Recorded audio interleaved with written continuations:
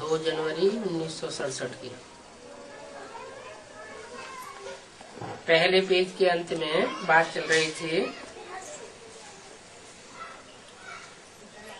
कोई फेल होंगी तो उनका पद भ्रष्ट हो जाएगा। साक्षी होकर के देखना है। फिर ऐसे भी नहीं है कि विकार में जाते रहे और कहें ड्रामा में ऐसा ही है। ऐसों को तो कहेंगे फिर जानवर मिसल।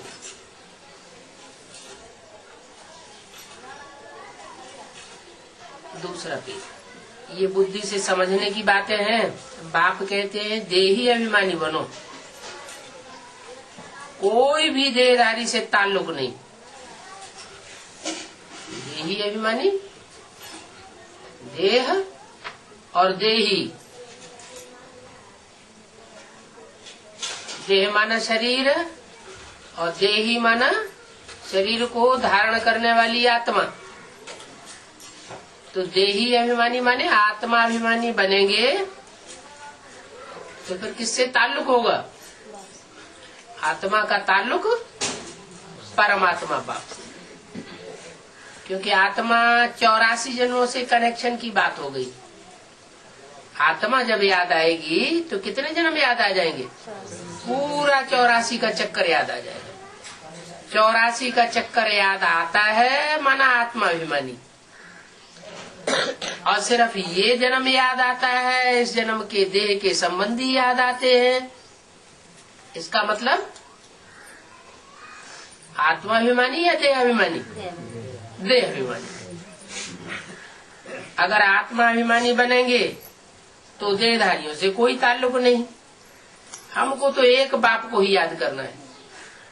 क्यों? एक बाप को क्यों याद करना है? क्योंकि अब अंत में इस सृष्टि का ऐसा समय आने वाला है, कोई किसी का साथी नहीं रहेगा। एक भगवान ही सबका साथी बनने वाला है। क्या? जैसे मिसाल के तौर पर यज्ञ के आदि में जब हिंदुस्तान पाकिस्तान की लड़ाई हुई, खून की नदियां बह रही थी और 300-400 कन्या माताओं को सिंध हैदराबाद में तालों में जकड़ रखा था।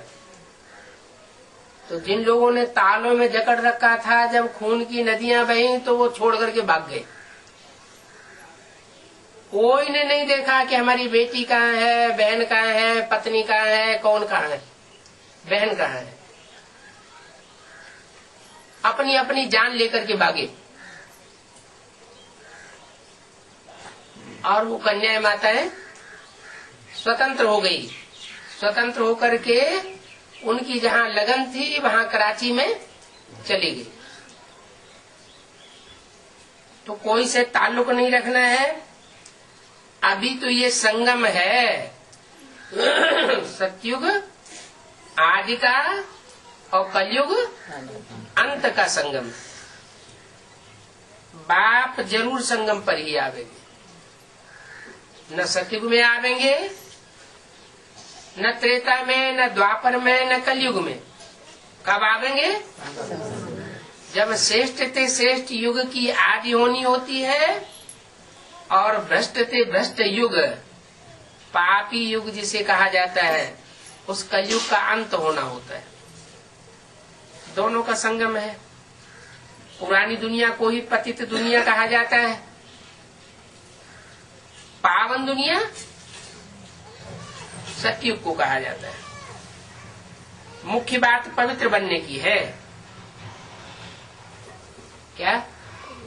आत्मा जो अनेक जन्म लेते लेते, अनेक देहधारियों के संग में आते आते पतित बन गई है, उस पतित आत्मा को पावन बनाना है। कुछ भी हो जाए, लेकिन नगन नहीं होना है। आत्मा अभिमानी बन करके रहेंगे तो बाप का बल मिलेगा। और इसका मतलब ये भी नहीं कि आपस में ही लटकते रहना है। नाम रूप में फंस जाना है। आशिक मासूक जो होते हैं वो कब आपस में लटकते नहीं हैं, सिर्फ एक दो को देख करके ही खुश हो जाते हैं। बाकी लटकना आदि कुछ भी होने की बात नहीं है, वो तो देखने से ही खुश होते हैं। लटकने वाले में काम विकार का अंश जरूर आ जाता है। जो नाम रूप में फंस करके लटकते हैं वो और ही नुकसान कर देते हैं।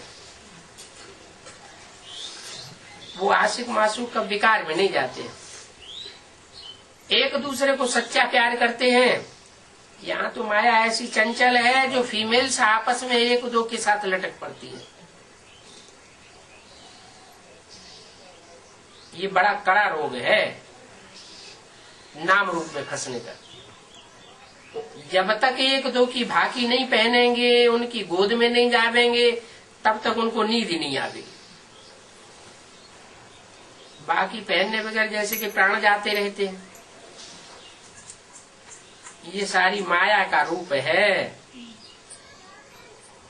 अनेक प्रकार के सट के माया लगाई देती है। तुम बच्चों की बुद्धि में आना चाहिए पुराना 63 जन्म का किचरा है जो अभी संगम युग में आकर के उदय होता है। इसमें आसक्ति रखनी नहीं चाहिए। कोई को भी देह में नहीं फंसना है, एक बाप को याद करना है तो ये बहुत मंजिल भारी। मंजिल भारी क्यों है? क्योंकि 63 जन्मों की रील अभी संगम युग में घूम रही है। विश्व का मालिक बनना है, ऐसे भी भारी मंजिल है। जितना ऊंचा पुरुषार्थ उतनी भारी मंजिल। भारी मंजिल को भी सहज कैसे बनाते हैं?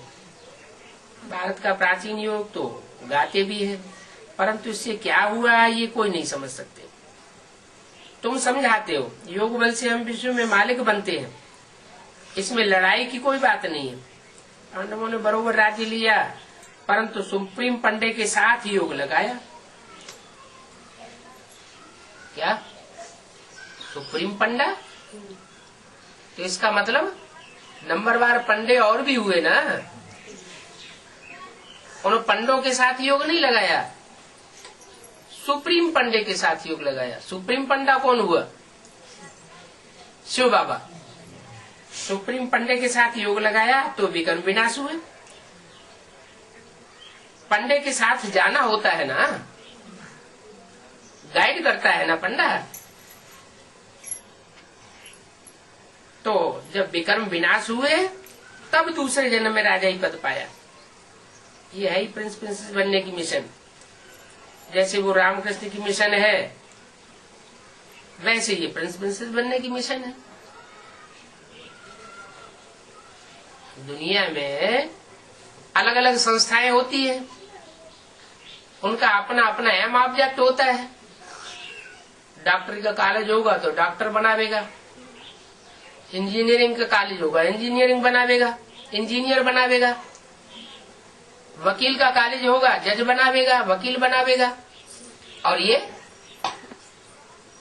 भगवान आकर के राजयोग सिखाते हैं तो कौन सा कॉलेज खोलते हैं? है राजयोग यूनिवर्सिटी। इसमें राजयोग सिखाया जाता है राजा बनाने के लिए। जन्म जन्मांतर के राजाएं हुए, छोटे बड़े राजाएं हुए, महाराजाएं हुए, उनको राजा ही करना किसने सिखाया? कोई कॉलेज खोला क्या? कोई ने पढ़ाई किया है? बिना पढ़ाई पढ़ाए राजा हुए। राजा महाराजा बनने के लिए कोई ने तो पढ़ाई होगी। कब तो पढ़ाई होगी? वो कंट्रोलिंग पावर कहाँ से आई? सबके अंदर तो कंट्रोलिंग पावर नहीं आती। तो ये संस्कार भरते हैं संगम युग में। जब भगवान बाप इस सृष्टि पर आते हैं तो आकर के राजीव की पढ़ाई पढ़ाते हैं, और उस पढ़ाई से ऐसी शक्ति भरती है आत्माएं कि जन्म जन्मांतर के राजाएं बनते हैं। परंतु माया भी पीछे पड़ती है। राजयोगियों के पीछे माया पड़ती है, ऐसे सहज विकर्म विनाश नहीं होने देती। वो सन्यासी हैं, उनकी मिशन अलग होती है, और तुम्हारी तो ये ईश्वरीय मिशन है। मनुष्य जो पतित बन गए हैं उनको श्रीमत पर पावन बनाने की मिशन है। कहते भी है पतित पावन आओ, ऐसे क्यों कहते हैं? आओ ऐसे क्यों कहते हैं? जरूर आकर के पतितों को पावन बनाया होगा। ऐसे थोड़े ही कि आता है और ब्रह्मा के तन में ज्ञान सुना के चला जाता है और फिर बाद में पतित अपने आप पावन बनते रहते हैं। या जिन्होंने ब्रह्मा के सन्मुख रह करके ज्ञान सुना, वो हमको पतित से पावन बनाते रहते हैं। ऐसी कोई बात नहीं। पतितों को पावन स्वयं बाप आकर के बनाते हैं। बाप के अलावा और कोई पतितों को पावन बना नहीं सकता। और जिनको पतित से पावन बनाते हैं उनकी भी निशानी बता दी। जो पतित से पावन बनते हैं वो ही बुलाते हैं, जो पतित से पावन बनते नहीं वो कभी बुलाते भी नहीं। 63 जन्मों में भी नहीं बुलाते और संगम युग में भी नहीं बुलाते। जरूर दूसरे धर्म में कन्वर्ट होने वाली आत्माएं होंगी, उन पर दूसरे धर्मों का छिलका लगा हुआ होगा, तो वो क्यों बुलावेंगी? वो किसको बुलावेंगी? जो दूसरे धर्मों में कन्वर्ट होने वाले ब्राह्मण होंगे वो किसको बुलावेंगे? है? वो अपने धर्म पिताओं को बुलावेंगे। तुम पति से पावन बनते हो, तुम हो सूर्यवंशी चंद्रवंशी, इसलिए तुम बुलाते हो। कहते भी है पतित पावन सीताराम, किसको बुलाते हैं पतित पावन कह के? सीताराम को बुलाते हैं ना। धर्म पिताओं को क्यों नहीं बुलाते? क्योंकि धर्म पिताओं ने तो इस सृष्टि पर आकर के पतितों को पावन बनाया नहीं। ये सृष्टि तो और ही पतित होती चली गई। राम और सीता के द्वारा परमात्मा शिव इस सृष्टि पर प्रवेश करके सारी सृष्टि को पावन बनाते हैं। जो पूरे पूरे पावन बनते हैं वो देवता कहे जाते हैं, अधूरे पावन बनते हैं तो देवता नहीं कहे जाते। क्या कहे जाते हैं? दैत्य।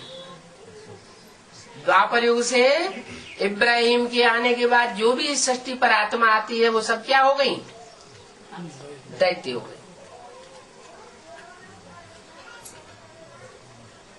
और जो पहले इब्राहिम के आने से पहले जो आत्माएं ऊपर से उतरती है वो हो गई देवता। उन देवताओं में भी कोई 84 जन्म लेने वाले हैं और कोई कम जन्म लेने वाले हैं, क्योंकि सतयुग की आदि में तो आबादी बहुत थोड़ी होती है और त्रेता के अंत में 10 करोड़ आबादी हो जाती है। तो जो 10 करोड़ आबादी वाली आत्माएं हैं वो सब एक जैसी ब्राह्मण नहीं होती है। संगम युग में 9 कुरी के ब्राह्मण गाए गए हैं, तो जरूर वो ऐसी आत्माएं जो 9 धर्मों में कन्वर्ट होती है। तुम हो देवी देवता सनातन धर्म के पक्के, तुम कभी कन्वर्ट नहीं होते हो। जीते जी तुम कन्वर्ट नहीं होते हो। कन्वर्ट शरीर होता है या आत्मा होती है? आत्मा। आत्मा कन्वर्ट होती है या शरीरधारी कन्वर्ट होता है? मान लो महात्मा बुद्ध ऊपर से आए और उन्होंने सिद्धार्थ में प्रवेश किया, तो सिद्धार्थ कन्वर्ट हुआ। क्या कहेंगे? सिद्धार्थ कन्वर्ट हुआ। और सिद्धार्थ का बाप शुद्धोधन, शुद्धोधन कन्वर्ट नहीं हुआ, वो कन्वर्ट नहीं हुआ, उस जन्म में कन्वर्ट नहीं हुआ। अब उसके बच्चे ने चीन, जापान जैसे देशों में, इंडोनेशिया जैसे देशों में जाकर के भारी परिवर्तन कर दिया, तो उसकी वाहवाही बाप तक पहुंचती है। तो बाप सोचता है मैंने जिस बच्चे को बाहर कर दिया, निकाल करके देश निकाला दे दिया, वो बच्चा देश विदेश में इतनी शोहरत पा रहा है, दुनिया की इतनी ढेर सारी आत्माओं को अपने तरीके से चला रहा है, तो उसके प्रति लगाव तो जाता है। लेकिन वो इतनी पक्की और हट्टी आत्माएं होती हैं कि उस जन्म में फिर भी बौद्ध धर्म स्वीकार नहीं करती। तो जो दिल जाता है ना, वो दिल जाने की वजह से अंतमते सुगते हो जाती है। 300-400 वर्षों के बाद वो आत्मा बौद्ध धर्म में जाकर के जन्म लेती है। तो वो आत्मा जाके जन्म लेती है, उसे कन्वर्सन कहा जाएगा या नहीं कहा जाएगा? कहा जाएगा। आत्मा जाके जन्म लेती है, उसको कन्वर्सन कहा जाएगा। शरीर रहते रहते कोई कन्वर्ट हो जाए तो कहेंगे कन्वर्ट हुआ, और शरीर ही खत्म हो गया फिर तो आत्मा के लिए थोड़ी कहा जाएगा कि वो कन्वर्ट हो गई। कन्वर्ट वो कहा जाता है जो अपने जहाँ जन्म लेता है जिस धर्म में, और वहाँ रहते रहते, जीवन रहते रहते दूसरे धर्म में कन्वर्ट हो जाए तो कहेंगे कन्वर्ट होना। नहीं तो कन्वर्ट होना थोड़ी कहा जाएगा। वो तो आत्मा अपने लगाव के अनुसार अगले जन्म में ऑटोमेटिक दूसरे धर्म में जाके कन्वर्ट हो गई। उसने अपनी गलती नहीं की, खुद उस देश को धोखा नहीं दिया। तो कहते हैं पतित पावन आओ, पतित पावन आओ, तो किसको बुलाते हैं? सुप्रीम सोल ज्योति बिंदु के लिए कहें आओ, तो बिंदु का आना और बिंदु का जाना ये तो कोई मतलब की बात ही नहीं। आना जाना किसका कहेंगे? साकार का कहेंगे या निराकार के लिए कहेंगे? साकार के लिए कहेंगे। वो साकार में आता है। किस साकार में आता है? पतित पावन सीताराम कहा जाता है। सीता का नाम क्यों लेते हैं? सीता में भी प्रवेश करता है क्या? है? नहीं करता है कि नहीं करता है? करता है, करता है मालूम है? सीता में प्रवेश करता है, इसका प्रूफ मिलता है? यज्ञ के आदि में प्रवेश किया, उसका प्रूफ मिला? गीता माता में तो प्रवेश मिला। गीता माता में प्रवेश किया, काय के लिए प्रवेश किया? भगवान आता है तो किस लिए प्रवेश करता है? ज्ञान सुनाने के लिए प्रवेश करता है या भक्ति सिखाने के लिए प्रवेश करता है? ज्ञान सुनाने के लिए प्रवेश करता है। तो प्रवेश किया सीता माता में ज्ञान सुनाने के लिए? ज्ञान सुनाने के लिए तो प्रवेश नहीं किया। तो भले उस समय ज्ञान सुनाने के लिए प्रवेश नहीं किया, लेकिन उस समय जो भी आत्माएं सहयोगी बनती हैं यज्ञ के आदि में, राम वाली आत्मा के साथ साथ वो आत्माएं सारी ही दूसरा धनुष लेकर के जब आती है, तो वो एडवांस पार्टी जब कही जाती है, तो उसमें जो भी 108 मणके हैं नंबरवार, उन सब में परमात्मा शिव का प्रवेश होता है। इसलिए वो रुद्रमाला के मणकों में मुख बनाए जाते हैं। बनाए क्या? वो तो बने बनाए होते हैं। कोई में 1 मुख, कोई में 4 मुख, कोई में 2 मुख, कोई में 14 मुख। तो जो मुख दिए हैं वो प्रवेश होने की यादगार है। एक आत्मा ने प्रवेश किया तो 1 मुख, 2 ने प्रवेश किया तो 2 मुख, और 10-14 ने प्रवेश किया तो 10 और 14 मुख। ज्यादा आत्माएं प्रवेश करती है, इसका मतलब वो आत्मा दूसरे धर्म का छिलका लेकर के आती है। और एक ही प्रवेश करता है माना वो आत्मा कभी कन्वर्ट होने वाली नहीं है, यानी जन्म लेने पर भी कन्वर्ट होगी नहीं। जन्म लेना माना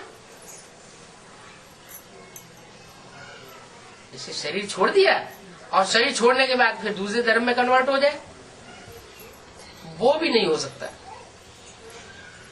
हाँ, पतितों का संग का रंग लग सकता है, जैसे कि भारतवासियों को पतितों का संग लगता है, इतना संग का रंग लगता है कि मुसलमान 4-4 बीवियां रखते हैं और हिंदू राजाओं ने ढेर की ढेर बीवियां रखी, ढेर की ढेर रानियां रखना शुरू कर दिया और मिसाल देना शुरू कर दिया। कृष्ण को 16,000 रानियां थी, तो हम क्यों नहीं रह सकते?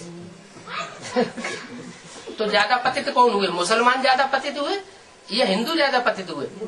हिंदू ज्यादा पतित हो गए। तो भारतवासी ज्यादा पतित बनते हैं। क्यों पतित बनते हैं? क्योंकि वो बंदरपना अपना लेते हैं। बंदर जो है वो दूसरों की नकल करता है। भारतवासियों ने भी विदेशियों की नकल करना शुरू कर दिया। भारतवर्ष में तो राम के लिए गायन है, राम को सैंपल रखा जाता है कि राम मर्यादा पुरुषोत्तम थे। सारे जीवन में उन्हें एक ही पत्नी व्रतधारी रहना था, इसलिए भारतवासियों को पवित्रता के लिए विशेष माना जाता है। दूसरे धर्मों में पवित्रता की इतनी मान्यता नहीं है, क्योंकि वहाँ छूट दी हुई है। ज्यादा से ज्यादा शादियां करो, ज्यादा से ज्यादा बच्चे पैदा करो, सरकार भी उनको इनाम देती है कि ज्यादा बच्चे पैदा करोगे तो हमारी ज्यादा जनरेशन बढ़ेगी, दुनिया में हमारा नाम बाला होगा, हमारी ताकत बढ़ेगी। त्रेता युग जब खत्म होता है तो उस समय देवता ही देवताएं तो होते हैं इस पृथ्वी पर, दूसरे धर्म की आत्माएं तो होती नहीं। इब्राहिम जैसे ही आते हैं तो वो उनके प्रवेश करने मात्र से ही दृष्टिवृत्ति खराब होने लगती है हिंदुओं की। और इब्राहिम के पीछे पीछे जो भी आत्माएं आती हैं परम धाम से, वो सब प्रवेश करती है। उनके प्रवेश करने से जो देवी देवता धर्म की आत्माएं जो बाद में हिंदू कही गई, उन सब की दृष्टिवृत्ति खराब होती है। दृष्टि खराब हुई, वृत्ति खराब हुई, और वाचा भी खराब होती है, और कर्मेंद्रियां भी भ्रष्ट होती है। ऐसे जब भ्रष्ट बनते हैं तो उसमें जो सूर्यवंशी होते हैं वो भड़क जाते हैं। सूर्यवंशी भड़कते हैं और झगड़ा शुरू हो जाता है, अपना अपना प्रोविंस अलग अलग कर देते हैं। जो इस्लामी है उनको भगा दिया जाता है, अरब देशों की तरफ खदेड़ दिया जाता है। वो वहां जाकर के अपना इस्लाम धर्म स्थापन कर लेते हैं। वहां जाकर के वो जनरेशन उनको बढ़ानी है, इसलिए भाई बहनों में भी उनमें पहले शादी होती थी। सगे भाई बहनों में भी शादी होती है। अभी मुसलमानों सगे भाई बहनों में शादी नहीं होती, सिर्फ दूध बचाते हैं। बाकी मामा की लड़की, चाचा की लड़की, जो ताऊ की लड़की, उनके साथ भी शादी कर लेते हैं। क्यों? क्योंकि उन्हें तो अपनी जनरेशन बढ़ाने में ही फायदा है। हिंदुओं की जनरेशन थोड़ी होती जाती और दूसरे धर्म वालों की जनरेशन बढ़ती चली जाती। जब ऐसे ऐसे होता है तो हिंदू बहुत कमजोर पड़ जाते। भारत की हालत जो है बहुत खस्ता हो जाती, जनसंख्या के आधार पर ही नहीं, क्वालिटी के आधार पर भी। वो अपने अंदर हीन भावना आ जाती है कि दूसरे देश जो है बहुत ऊंचे हैं और हम नीचे हैं। इसका प्रूफ यह है कि यहाँ के जितने भी जहीन वर्ग, जो अच्छे अच्छे बुद्धिमान लोग होते हैं, वो सब विदेश भाग रहे हैं पैसा कमाने के लिए। भारत की सरकार उनको उनका वेतन नहीं दे पाती, उनकी कदर नहीं कर पाती। जो जहीन है भी इंडिया में जो 2-4, तो उनको कोई पूछता नहीं। ऐसी स्थिति जब हो जाती है तो विदेशों को बहुत ऊंचा समझते हैं और भारत को बहुत नीची दृष्टि, अपने आप अपने को नीची दृष्टि से देखने लग पड़ते हैं। विदेश की शिक्षा को बहुत अच्छा समझते हैं, विदेश के खान पान को बहुत अच्छा समझते हैं। नहीं तो भारतवासियों का अन्न तो बहुत शुद्ध था। देवताएं कोई मांस, गोश्त, मछली, अंडा, शराब नहीं खाते थे। देवताओं का जो भोजन था वो प्रकृति मुहैया कराती थी। सात्विक जीवन और सात्विक प्रकृति, इतनी सात्विक प्रकृति थी कि उन्हें कोई काम नहीं करना पड़ता था, कोई कल कारखाने नहीं थे, और फिर भी प्रकृति के द्वारा सब कुछ मुहैया होता था। तो ऐसी जिंदगी जिन देवताओं की थी भारतवर्ष में, वही देवताएं आकर के अंतिम जन्म में, कलयुग के अंत में आकर के दूसरों के संग के रंग में आकर के, विधर्मियों के संग के रंग में आकर के नीचे गिर जाते हैं। अभी बाप कहते हैं कि मैं आया हुआ हूं भले तुम सारी दुनिया के मुकाबले जास्ती पतित बन गए हो, तुम्हारे कर्म जास्ती भ्रष्ट हो गए। दूसरे देशों में इतनी रिश्वत नहीं चलती है, इतना भ्रष्टाचार नहीं चलता है, और भारतवासियों में जबरदस्त भ्रष्टाचार। आज के देश की सबसे बड़ी समस्या हो गई है कि ये भ्रष्टाचार कैसे खत्म हो। बाप कहते हैं जो खुद भ्रष्टाचारी है वो भ्रष्टाचार खत्म कर ही नहीं सकते। मैं ही जब इस सृष्टि पर आता हूँ तो इस भ्रष्टाचार को खत्म करता हूँ। और ये भ्रष्टाचार की शुरुआत कहाँ से होती है? इस भ्रष्टाचार की शुरुआत होती है देह अभिमान से। देहभान होने से ही, अपने को देह समझने से, दूसरों को देह समझने से काम विकार की पैदाइश होती है। यह है सबसे बड़ा विकार। ऐसे तो 5 विकार है, काम क्रोध लोभ मोह अहंकार, लेकिन सबसे बड़ा विकार है काम विकार। काम विकार ये मुखिया है, जैसे डकैतों का मुखिया होता है। अगर इसके ऊपर जीत पा ली तो बाकी सब भाग जाएगी। गीता में भी कहा है, हे अर्जुन, काम और क्रोध ये तड़े महाशत्रु हैं, तू इनको जीत ले। उन्होंने फिर स्थूल युद्ध दिखा दिए। अरे 2 बातें क्यों कर दी? या तो काम क्रोध को जीत लो या फिर दुर्योधन दुशासन को जीत लो। लेकिन काम क्रोध जो है वही लड़ाई वास्तव में है, मनुष्य के अंदर की लड़ाई है। मनुष्य अपने अंदर की जो दुर्गुणों को अगर जीत लेता है, कमजोरियों को जीत लेता है, तो विश्व विजयी बन सकता है। इसलिए कहते भी है, मन जीते जगत जीत, माया जीते जगत जीत, मन के हारे हार और मन के जीते जीत। ये मन जो है वो हमको गड्ढे में ले जाता है। तो मन कंट्रोल में करने के लिए परमात्मा इस सृष्टि पर आता है और भारतवासियों को खास सिखाता है कि तुम अपने मन को कैसे कंट्रोल करो। क्या करो? अपन को आत्मा समझो। हम ज्योति बिंदु आत्मा है, भ्रकुटी के मध्य में निवास करने वाला सितारा इन आंखों से देखता है। जब तक ये सितारा इस भ्रकुटी में मौजूद है तब तक आंखों में से रोशनी निकल रही है, और जैसे ही वो सितारा निकल जाता है मनुष्य मुर्दा हो जाता है और आंखें बटन हो जाती, वो रोशनी चली गई। तो जो सितारा है आत्मा, उस सितारे की स्थिति में टिकना माना आत्माभिमानी बने, और आत्माभिमानी बने तो काम विकार स्वतः ही नष्ट होता है। कैसे? हम आत्मा और तुम आत्मा। अब इसमें स्त्री पुरुष की बात ही नहीं रही। स्त्री का चोला और पुरुष का चोला जब देवभान आता है तो बुद्धि में बात आती है। हम जानते हैं कि आत्मा स्त्री चोला भी लेती है, आत्मा पुरुष चोला भी लेती है। सारा जीवन काम विकार प्रधान होने की वजह से मनुष्य अंत में शरीर छोड़ता है तो वो स्त्री को याद करता है। शरीर छोड़ते समय स्त्री को याद करेगा तो अंतमते सुगते, स्त्री का चोला मिल जाता है। ऐसे ही स्त्री सारे जीवन पुरुष को याद करती है तो अंतमते सुगते, पुरुष का जन्म मिल जाता है। तो ये आत्मा स्त्री या पुरुष का चोला धारण करती है, वो संस्कार के अनुसार है, लगाव के अनुसार है, अटैचमेंट के अनुसार। अगर अटैचमेंट नहीं होगा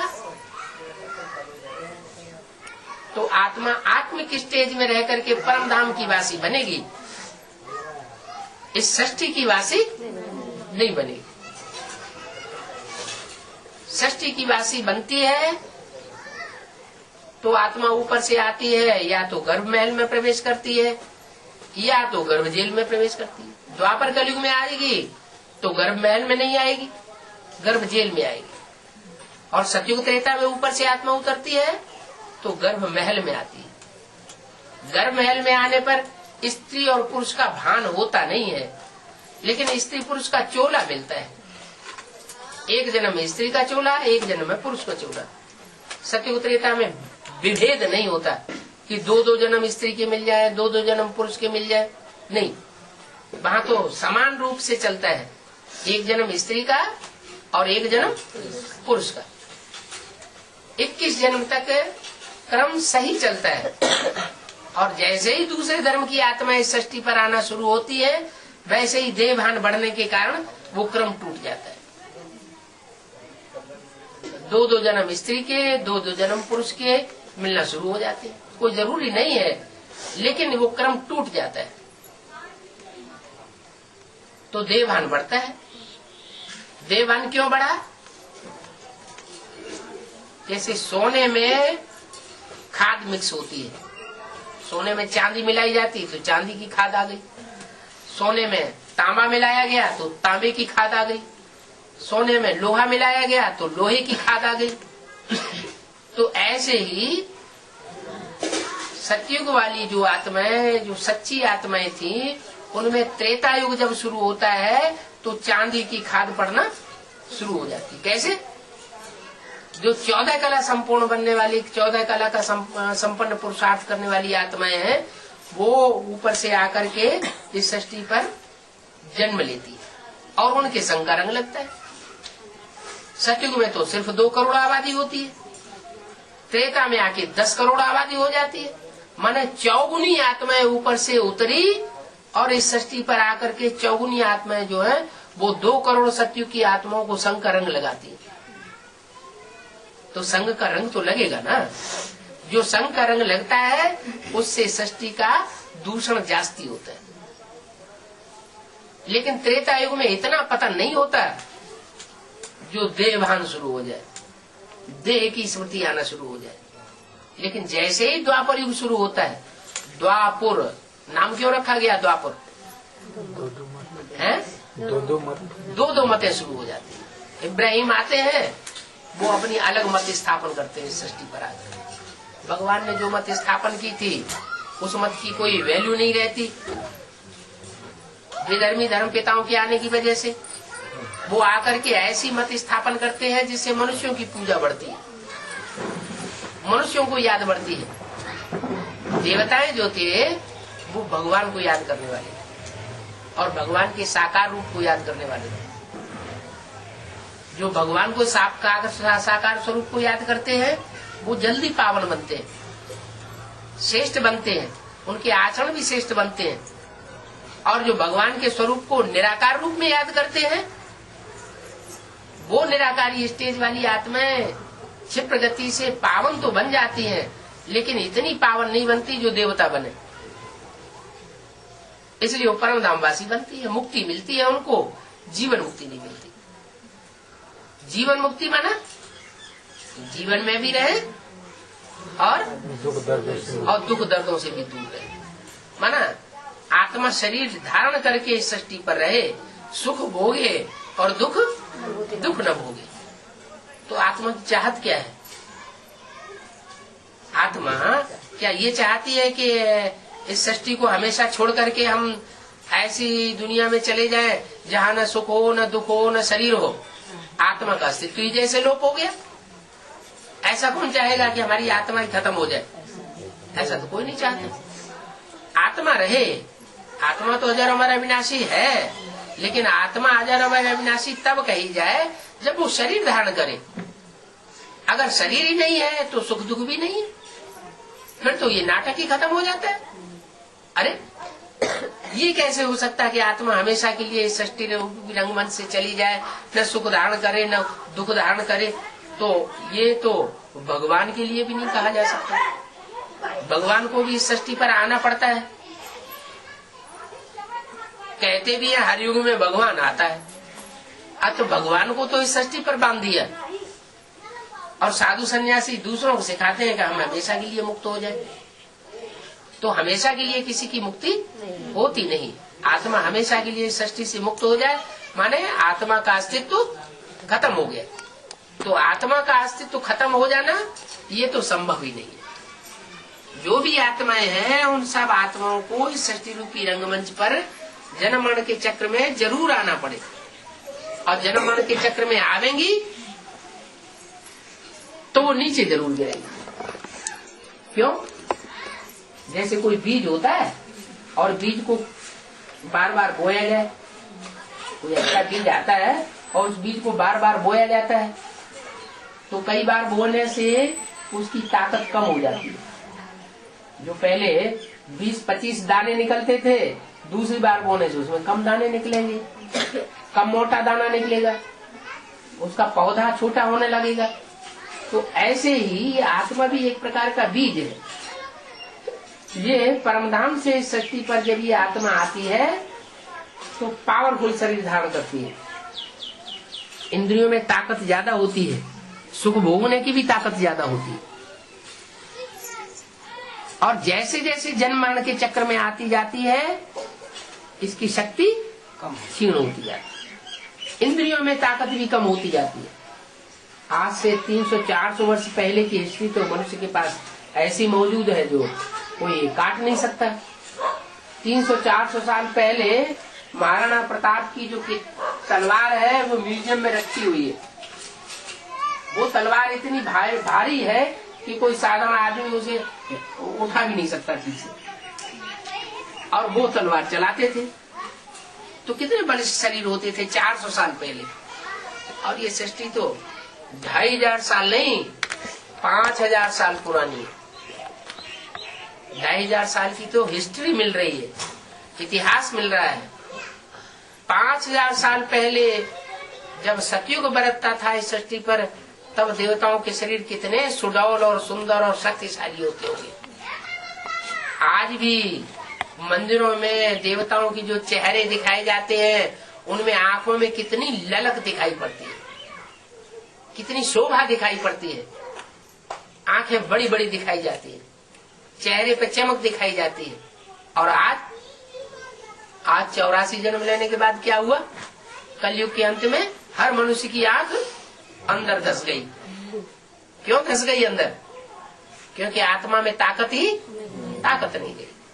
तो अब ये आत्मा रूपी जो बैटरी है, इस बैटरी को चार्ज करने के लिए जनरेटर चाहिए।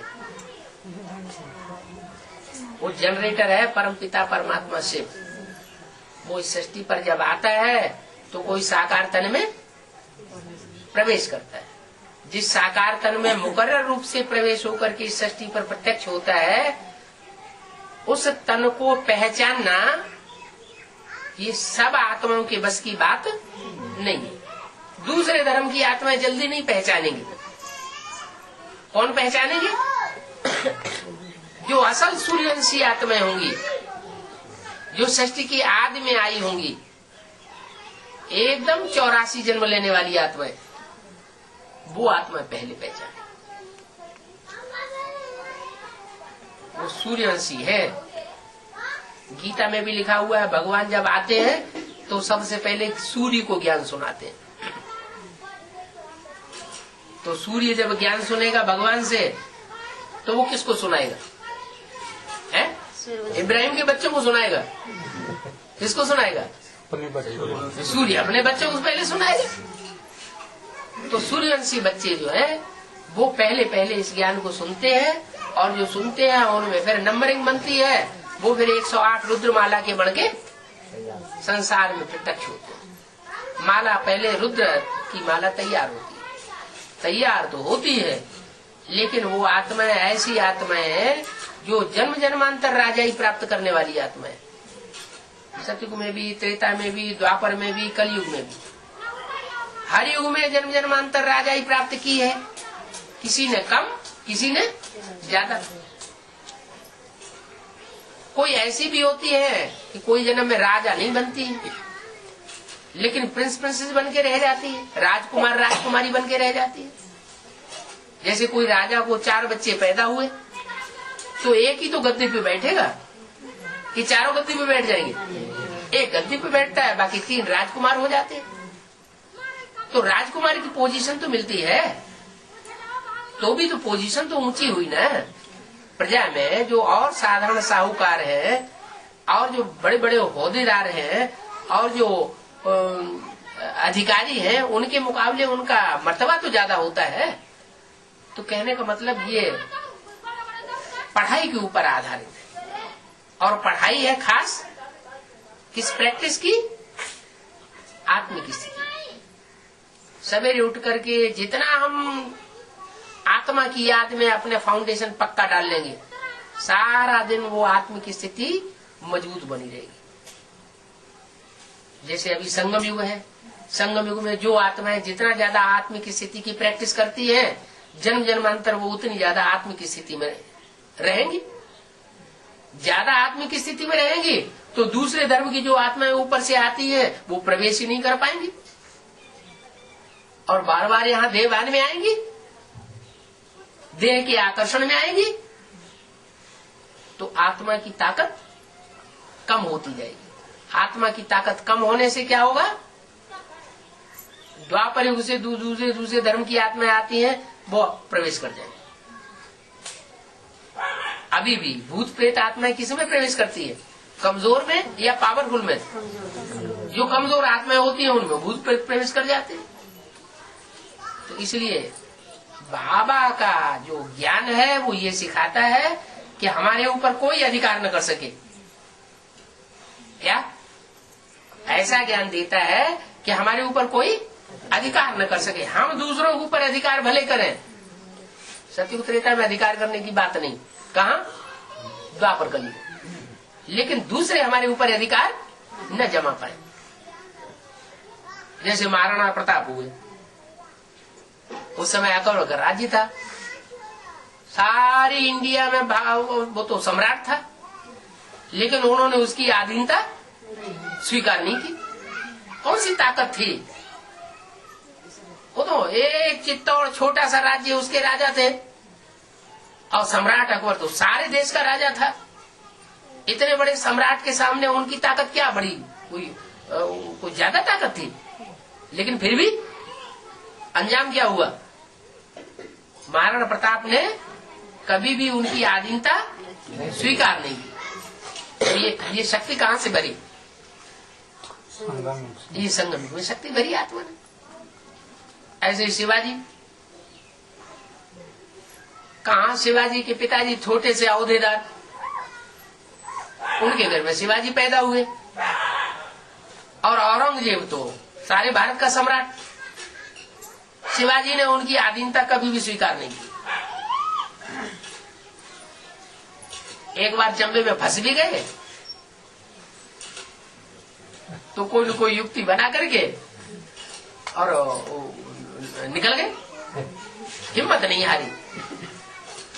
माना हिम्मत जो करता है शिव बाबा उसको मदद जरूर देता है। अभी भी मदद दे रहा है, अभी तो संगम युग में प्रैक्टिकल में आया हुआ है। तो जो जितनी हिम्मत करेंगे उनको उतनी मदद शिव बाबा से मिलती रहेगी। अभी किस बात की हिम्मत सबसे जास्ती करनी है? सेवा की है, सेवा की हिम्मत सबसे जास्ती हिम्मत करनी है। पहले अपनी सेवा करनी, फिर जो भी संगी साथी मिले, जो भी संसर्ग संपर्क में आने वाली, संबंध में आने वाली आत्माएं हैं, उनकी सेवा करने की हिम्मत मिले। हम उनकी डिसर्विस न करें। क्या करें? उनकी सेवा करें। वो भले हमारे लिए कुछ भी करें, गालियां दें, ग्लानि करें, लेकिन हम उनकी सेवा करें। अगर ऐसी सेवा करने की हिम्मत हमारे अंदर जागती रही तो हम बाप के हिम्मतवान बच्चे कहे जाए। क्या हिम्मते बच्चे मदद, बाप जरूर मदद करेगा। सारा विश्व एक तरफ और एक आत्मा एक तरफ भी हो जाए तो भी बाप उसको मदद करने के लिए बांधा हुआ है। कहाँ 5 पांडव दुनिया में और कहाँ 500-700 करोड़ मनुष्य आत्माएं, सारे कौरव और यादव और सारे ही दुश्मन। कोई बाहर की दुनिया की तरीके से दुश्मन, कोई ब्रह्मा कुमार कुमारी बनकर के दुश्मन, और कोई प्रजापिता ब्रह्मा कुमार कुमारी बनकर के भी दुश्मन हो जाते हैं। माना सारी ही दुनिया दुश्मन हो जाती है तो भी वो हिम्मत नहीं हारते।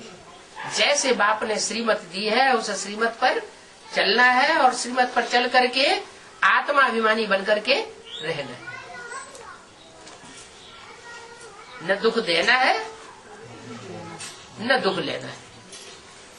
दूसरों को देना है तो क्या देना है? सुख देना है। ऐसा ज्ञान कभी ना सुना है कि दूसरे को दुख हो जाए। कभी कभी क्या होता है कि अहंकार में आकर के ज्ञान तो सुनाते हैं, लेकिन ऐसा ऐसा ज्ञान सुनाते हैं जिससे दूसरी आत्मा अगर उठने वाली हो तो भी और ही गिर जाए, हाथ जोड़ ले, हमें नहीं चाहिए ये ज्ञान, नफरत ही पैदा हो जाए।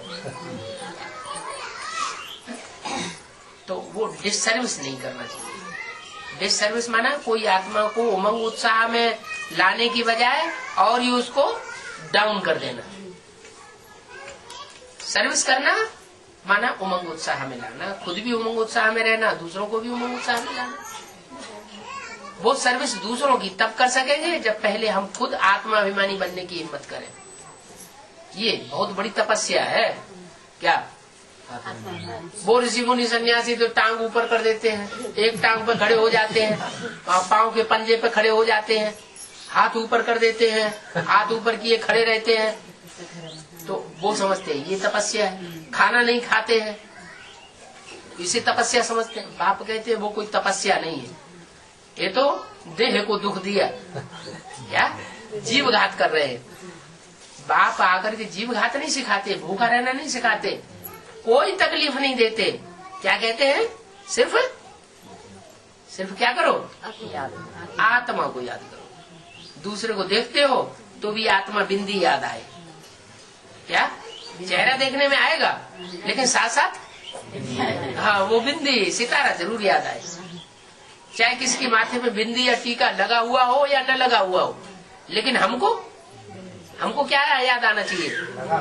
हाँ, कि हमको दिखाई पड़े कि ये सफेद सफेद सितारा इसकी बिंदी में चमक रहा है।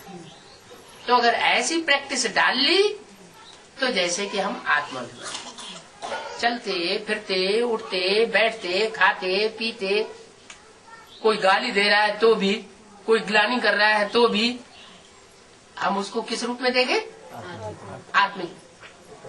जब आत्मिक रूप में देखेंगे तो आत्मा भाई भाई हो जाएगा। वो भी परमात्मा का बच्चा, हम भी परमात्मा के बच्चे। वो थोड़ा ज्यादा तमो प्रधान अंदर से समझेंगे। क्या समझेंगे? कि ये ग्लानि कर रहा है, गाली दे रहा है, तो ये ज्यादा तमो प्रधान बन गया है, और हम थोड़ा महर है हमारे ऊपर बाप की, इसलिए हम अपने को कंट्रोल किए हुए हैं। रहम आना चाहिए कि आत्मा नीचे गिर रही है, इस आत्मा को भी ऊपर उठाए। तो जब हम ऐसे लगातार वाइब्रेशन बनाएंगे तो हमारे वाइब्रेशन का दूसरों के ऊपर असर पड़ेगा।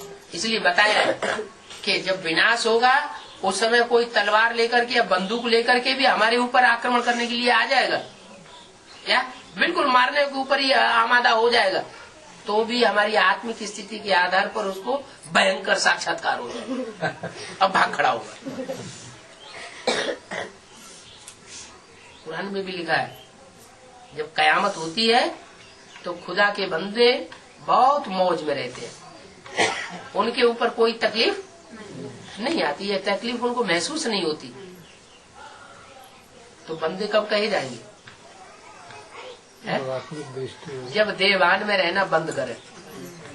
क्या देवान में रहना बंद करें तो खुदा के बंदे, और देवान अगर आता रहता है तो कहेंगे अभी खुदा के बंदे नहीं है, गंदे हैं। तो सुबह से लेकर के शाम तक ये प्रैक्टिस करें पक्की पक्की। क्या कि हम ज्योति बिंदु आत्मा है, और दूसरी भी आत्माएं जो जरूर मिलती है जुलती है संपर्क संबंध में आती है, उनको भी हम क्या देखें? ज्योति बिंदु आत्मा के रूप में देखें। अगर ये प्रैक्टिस पक्की पड़ेगी तो शर्त यह है कि आत्मा को परमात्मा जरूर याद आएगा। क्या आत्मा बच्चा बने और बच्चा आत्मा को परमात्मा बाप याद ना आए, ये हो नहीं सकता। जहाँ जहाँ आत्मिक स्वरूप होगा वहाँ परमात्मा साथ साथ रहेगा, और जहाँ देवान होगा, जहाँ पाप हो, देवान से ही पाप पैदा होते हैं ना।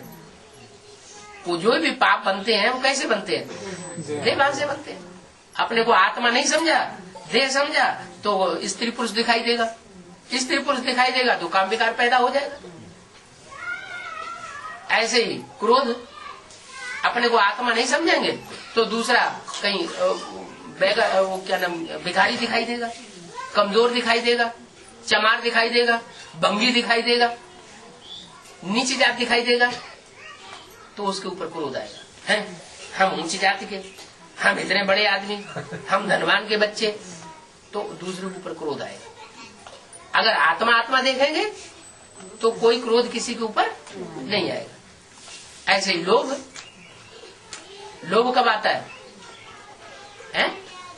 मैंने कमाया, मेरे शरीर ने कमाया, मैंने अपने शरीर से ये धन कमाया, ये धन मेरा है, तो देह वो लोभ आ जाता है, तो इसको बैंक बैलेंस इकट्ठा करें।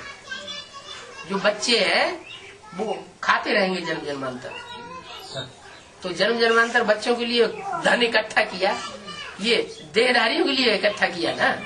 वो बच्चे आज इस जन्म में बच्चे हैं, अगले जन्म में हमारे दुश्मन बनेंगे, क्या बनेंगे कुछ पता है? कुछ भी पता नहीं। तो लोभ जो है उसका भी मूल क्या हुआ? देह अभिमान।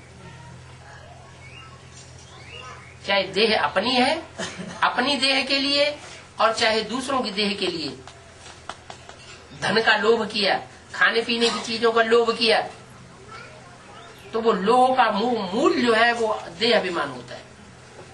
आत्मा समझेंगे तो वो देहभान लोभ का पैदा नहीं होगा। ऐसे मोह, मेरा बच्चा, ये इसका बच्चा, माताओं में ज्यादा होता है। मेरा बच्चा, मेरे को क्यों ऐसे देखा, मेरे से मेरे बच्चे से ऐसे क्यों कहा, ये तो तेरा बच्चा है। जैसे सौतन में झगड़ा होता है ना, ऐसे झगड़ा हो जाता है। तो ये जो मोह है उसका भी मूल क्या हुआ? मेरे पेट से पैदा हुआ बच्चा और तेरे पेट से पैदा हुआ बच्चा, उसका बच्चा और मेरा बच्चा। चाहे क्रिश्चियन से पैदा हुआ हो, क्रिश्चियन से पैदा हुआ वो भी बच्चा, और हिंदुओं से पैदा हुआ वो भी बच्चा। क्रिश्चियंस को क्यों नहीं छूते? क्रिश्चियंस को घर में रखने से नफरत क्यों करते? मुसलमानों को नफरत क्यों करते हैं? चमारों को नफरत क्यों करते? चमड़ा बेचते, जो भंगी है उनको नफरत क्यों करते? गंदा उठाते हैं, गंद उठाते हैं, खराब काम करते हैं क्या? हैं? माँ भी तो गंद उठाती है, माँ की ना मौजूदगी में बाप भी तो गंद उठाता है। तो एक का उठाता है, उसे अनेकों का उठाते हैं। हाँ ठीक है, हम विश्व कल्याणकारी बनेंगे, विश्व कल्याणकारी बनेंगे, तो जो विश्व कल्याणकारी बनेंगे वो अच्छे, या एक के कल्याणकारी बनेंगे वो अच्छे? विश्व कल्याणकारी बनेंगे तो विश्व के बाप कहे जाएंगे, हैं, सूर्यवंशी बनेंगे, और एक का कल्याण करेंगे तो फिर संकुचित बुद्धि हो गई। तो जो भी विकार पैदा होते, अहंकार ही है, अहंकार जो है वो भी देवभान से पैदा होता है। तो सब बातों की एक ही दवा हो गई, क्या? अपन को और दूसरों को आत्मा समझ करके देखना। आत्मा न देखने के कारण दुनिया भर की झंझटें संसार में पैदा हो गई, दुनिया भर के दुख व्याप्त हो गए। तो शुरुआत कहाँ से करें? हैं? अपने को पहले आत्मा बनाए कि पहले अपने बच्चे को बनाए? जो बच्चे हैं, पत्नी है, उनके ऊपर चढ़ बैठे पहले। तू आत्माभिमानी बन। नहीं, शुरुआत कहाँ से हो? अपने से। अपना सुधार किया तो परिवार सुधरेगा, अपना सुधार किया नहीं तो परिवार कभी भी सुधर नहीं सकता। परिवार का, अपने घर का सुधार नहीं किया तो दुनिया का सुधार कभी हो नहीं सकता। कोई कोई ऐसे भी होते हैं ज्ञान अपने घर वालों को नहीं सुनाएंगे, है हमारी बदनामी हो जाएगी, लड़की ज्ञान में चलने लग पड़ेगी तो फिर बदनामी हो जाएगी। लड़की को शादी नहीं करता है, ये नहीं करता है, तो अपने बाल बच्चों को ज्ञान नहीं देंगे, क्या करेंगे? दूसरों को ज्ञान देंगे। खुद स्वर्ग में जाने का पुरुषार्थ करेंगे, अपने बाल बच्चों को नरक में ढकेलेंगे, तो उनको क्या कहेंगे? ये परिवर्तन कर पाएंगे? ये अपना भी परिवर्तन नहीं कर सकते और दुनिया का भी परिवर्तन नहीं कर सकते। तो आत्मा बनना, आत्मिक स्थिति में अपने को देखना, ये पहली सीढ़ी है पुरुषार्थ की। उसके बाद कौन सी सीढ़ी है? दूसरी सीढ़ी कौन सी? परमात्मा बाप को याद करना। बाप को याद तभी कर सकेंगे जब ज्ञान लेंगे। क्या ज्ञान अगर लेंगे नहीं, ज्ञान में रस होगा नहीं, तो बाप की पहचान नहीं हो पाएगी। क्योंकि बाप जो है वो असली रूप में तो बिंदु है, शिव ज्योति बिंदु बाप है ना, कि कोई देहधारी बाप है? वो तो हमें पता ही नहीं है। इतनी बड़ी दुनिया में कैसे पता चले कि राम बाप कौन है? और सृष्टि रूपी रंगमंच का पहला पत्ता, पहला बच्चा कृष्ण कौन है? हमें कैसे पता चलेगा? पता चलेगा क्या? नहीं। वो तो ज्ञान में जब हम घुसेंगे तब हम जान सकते हैं। तो ज्ञान जो है वो कैसे मिलेगा?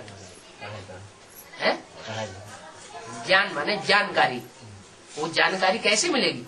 बाप से। पहली जानकारी तो बाप से ही मिलेगी। आत्मा की जानकारी बाप से मिलती है, परमात्मा की भी जानकारी बाप से मिलती है। और आत्मा परमात्मा इस सृष्टि रूपी चक्र में कैसे अपना पार्ट बजाते हैं, आत्मा कैसे पार्ट बजाती है, परमात्मा कैसे पार्ट बजाते हैं, वो भी सारी जानकारी बाप से ही मिलती है। तो वो अंतर पैदा हो जाता है आत्मा में और परमपिता परमात्मा में। क्या अंतर पैदा होता है?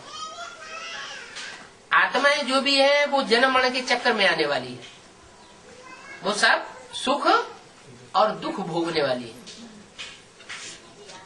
और परमात्मा परमपिता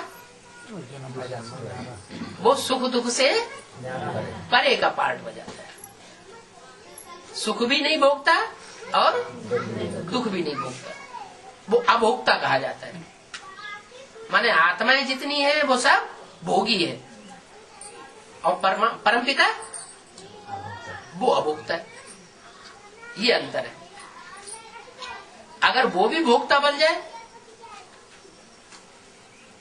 तो इस सृष्टि को उद्धार करने वाला कोई नहीं है।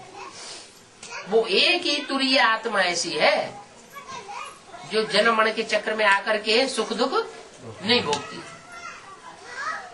ना गर्भ से जन्म लेगी और ना उसका मृत्यु कभी होता है। हाँ, वो प्रवेश करती है। जैसे मनुष्य ने जो गीता बनाई है उसमें भी लिखा हुआ प्रवेश तुम, मैं प्रवेश करने योग्य हूँ। फिर एक बार कह दिया प्रवेश करने योग्य हूँ, फिर दूसरी तरफ गर्भ से जन्म दिखा दिया कृष्ण का और राम का।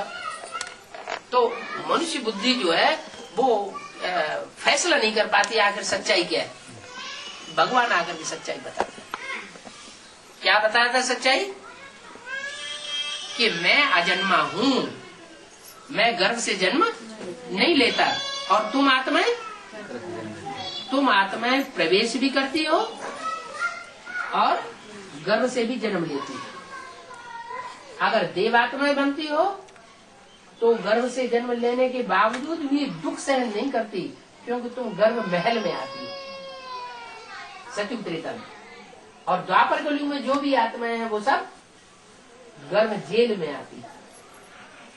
परम धाम से जो आती है डायरेक्ट, वो गर्भ जेल में नहीं आती, क्योंकि परम धाम में तो जो भी आत्मा जाती है पवित्र होकर के जाती है। इस सृष्टि पर जब विनाश होता है, भगवान इस सृष्टि पर आता है, दुनिया का स्थापना पालना और विनाश कराता है, तो सब आत्माएं पवित्र होकर के वापस जा सकती है। जब तक पवित्र नहीं बनी है तब तक वापस नहीं जा सकती। पवित्र का मतलब क्या है? पवित्र का मतलब देह की याद आना बंद। देह की याद ना आए। क्या याद आए? है आत्मा याद। सिर्फ आत्मा याद आए तो ये इतना पुरुषार्थ कौन करेगा? 500-700 करोड़ आत्मा इतना पुरुषार्थ कर लेंगे? नहीं करेंगे। तो फिर तरकीब निधि हुई है। क्या तरकीब निधि हुई? जो अपने आप पुरुषार्थ नहीं करेंगी तो उनके लिए धर्मराज बाप बनकर के बैठा हुआ है। क्या करेगा? है वो दंड देगा। जिनके जिनके पाप कर्म भस्म होने से रह जाएंगे, आत्म की स्थिति में नहीं रहेंगे, तपस्या नहीं करेंगे, पाप कर्म भस्म नहीं करेंगे, तो उनको बाप फिर धर्मराज के साथ हिसाब किताब चिपटू करेगा। बहुत कड़ी कड़ी सजाएं हैं। वो सजाएं खा खा करके तह तह करके आत्माएं पावन बनेंगी और आत्म की स्थिति में स्थित हो जाएगी। जो जितनी जल्दी आत्म की स्थिति में स्थित होगा सदा काल के लिए, वो उतना ही ऊंचा पद पाएगा 500-700 करोड़ मनुष्य आत्माओं के बीच में। और जो जितनी ही देर में पावन बनेगा यानी आत्म की स्थिति धारण करेगा, वो उतनी ही नंबर उसका नीचे गिर जाएगा। मान लो कोई आत्मा 700 करोड़ में नंबर पे आई तो कलयुग के अंत में आकर के बस जन्म लिया और मरी, जैसे मक्खी मच्छर। तो मक्खी मच्छर बनना अच्छा या 84 जन्म देवता बनना अच्छा? ऐसी भी आत्मा है जो 82-83 जन्म भी सुख भोगती है, दुख नहीं भोगती।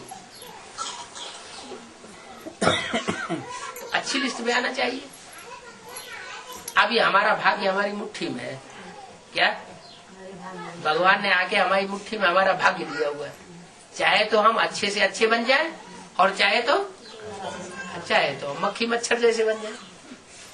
ओम शांति। क्या कोई 9 महीने पेट में पके नहीं, 9 महीने पेट में न पके और दुनिया से कनेक्शन न टूटे। जिस दुनिया को शरीर छोड़ करके आई है आत्मा, उस दुनिया से कनेक्शन न टूटे तो वो नए बाप का बच्चा बन पाएगा? ऐसे ही ये 9 दिन की भट्ठी है, एक दिन जाना एक दिन आना और 7 दिन वहाँ दुनिया से अलग थलग करके रखा जाता है। अंदर ही खाना, अंदर ही पीना, अंदर ही सोना, अंदर ही ज्ञान सुनना, याद में बैठना। कि सब सूर्यवंशी है? सब प्रसन्न चित्त है कि प्रसन्न चित्त भी है कोई?